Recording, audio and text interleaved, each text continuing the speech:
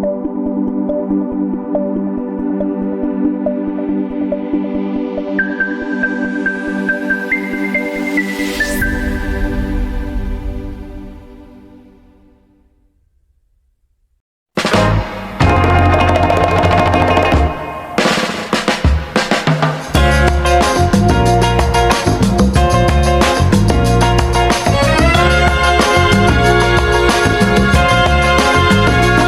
this night, a starry sky, my baby told me with a sigh, saying words that came across as a doubt.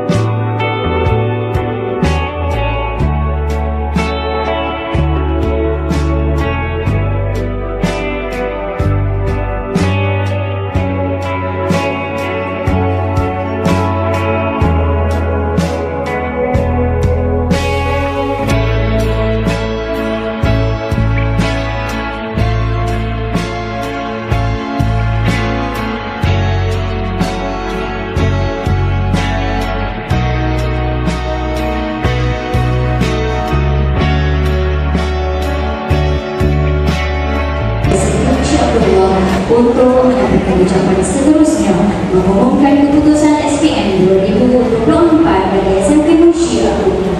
Dipersilakan.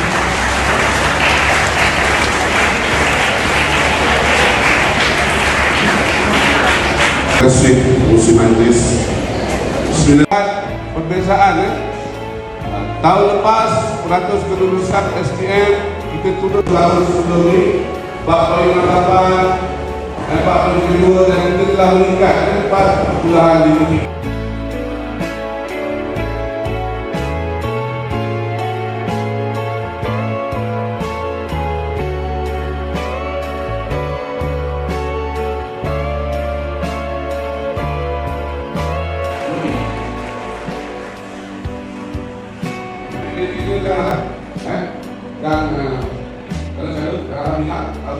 Bersama saya salah seorang pelajar SMK Munshi Abdullah yang baru saja mengambil keputusan SPM pada tahun 2024. Boleh perkenalkan nama? Nama saya Adil Fahmi bin Muhammad Azin Shah. Saya dulu sekolah sini, saya kelas 5 PA. Saya ambil aliran perekonomian. Apa perasaan abang lepas ambil keputusan tadi? Saya rasa gembira lah, sebab bila tengok result pun tak sangka saya boleh dapat result yang macam tu lah. Tapi Alhamdulillah Allah dah takdirkan, saya reda saja. Okay, lepas ni apa perjalanan abang? Maksudnya apa universiti yang abang nak pilih? Saya dah waktu